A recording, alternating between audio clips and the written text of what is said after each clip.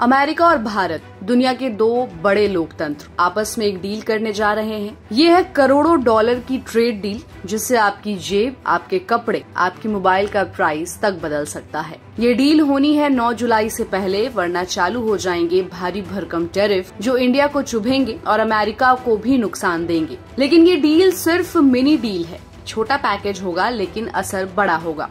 तो चलिए समझते हैं India US mini trade deal क्या है और क्यों जरूरी है।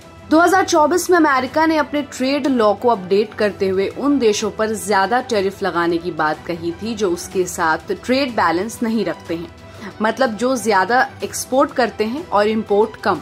इंडिया उन देशों में से एक था, पर अमेरिका ने 90 दिन की एक टेम्पररी राहत दी जो 9 जुलाई 2025 को खत्म हो रही है। अब उससे पहले भारत और अमेरिका एक मिनी ट्रेड डील फाइनलाइज करना चाहते हैं ताकि टकराव टल सके और दोनों देशों के व्यापार को एक स्टेबिलिटी मिल सके। भारत की मांगे बहुत क्लियर है। टेक्सटाइल, लेदर, फुटवेयर, फार्मा जैसे सेक्टर्स को कम टैरिफ मिले अमेरिका में, साथ ही कुछ प्रोडक्ट्स को मोस्ट फेवर्ड नेशन से भी बेहतर ट्रीटमेंट मिले, यानी और भी सस्ते टैरिफ हो। लॉन्ग टर्म में भारत के लेबर इंटेंसिव सेक्टर को अमेरिका में ज्यादा एक्सेस मिले। अब इसके उलट अमेरिका कह रहा है कि हम मिनी डील को सपोर्ट करते हैं, पर FMN यानी कि मोस्ट फेवर्ड नेशन से नीचे टैरिफ देना हमारे कानून के खिलाफ है और जब तक कांग्रेस की मंजूरी ना हो। इसका मतलब हुआ कि मिनी डील में MFN रेट से नीचे टैरिफ नहीं मिलेगा, सिर्फ कुछ सेक्टर्स को टेम्पररी राहत मिल सकती है। असली गेम तो फुल ट्रेड एग्रीमेंट में होगा जो बाद में आएगा। अब अगर बात करें कि मिनी डील में क्या क्या शामिल हो सकता है, तो टेक्सटाइल और लेदर सेक्टर्स पर टैरिफ कम करने की बात चल रही है।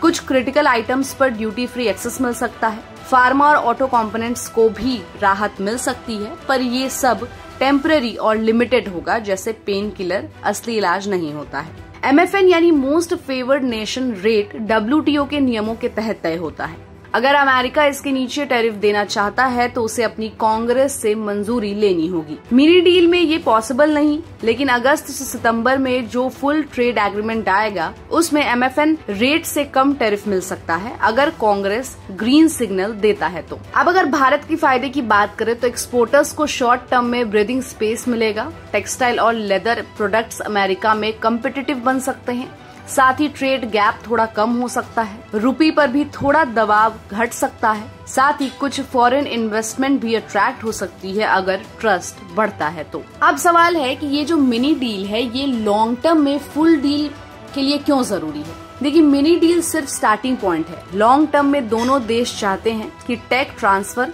Supply chain diversification, critical minerals पर सपोर्ट मिले, फार्मा अप्रूवल्स को तेज करना, डिजिटल ट्रेड और डेटा प्राइवेसी पर भी समझौता। फुल BTA यानी कि बायलैटरल ट्रेड एग्रीमेंट में ये सारे टॉपिक्स कवर होंगे, पर उसके लिए पेशेंस और पॉलिटिकल विल दोनों चाहिए। अब अगर टाइमलाइन की बात करें तो देखिए 9 जुलाई 2025 को मिनी डील नेगोशिएट होगा। 9 जुलाई को अगर डील नहीं हुई तो नए टैरिफ लागू हो सकते हैं। अगस्त सितंबर तक फुल BTA की उम्मीद है, साथ ही 2026 तक कांग्रेस क्लियरेंस के बाद रियल इम्पैक्ट दिखेगा। अब अगर रिस्क की बात करें तो अगर मिनी डील फाइनल हुआ तो भारतीय एक्सपोर्टर्स को भारी टैरिफ झेलना पड़ेगा। कांग्रेस MFN रेट अप्रूव नहीं करती है तो रिलीफ लिमिटेड रह जाएगा। डोमेस्टिक पॉलिटिकल फैक्टर्स भी डील को डिले कर सकते हैं। अगली बार अगर आप ऐसी खबर सुने कि इंडिया US मिनी डील, तो समझ जाइए कि ये सिर्फ ट्रेलर है, पिक्चर अभी बाकी है।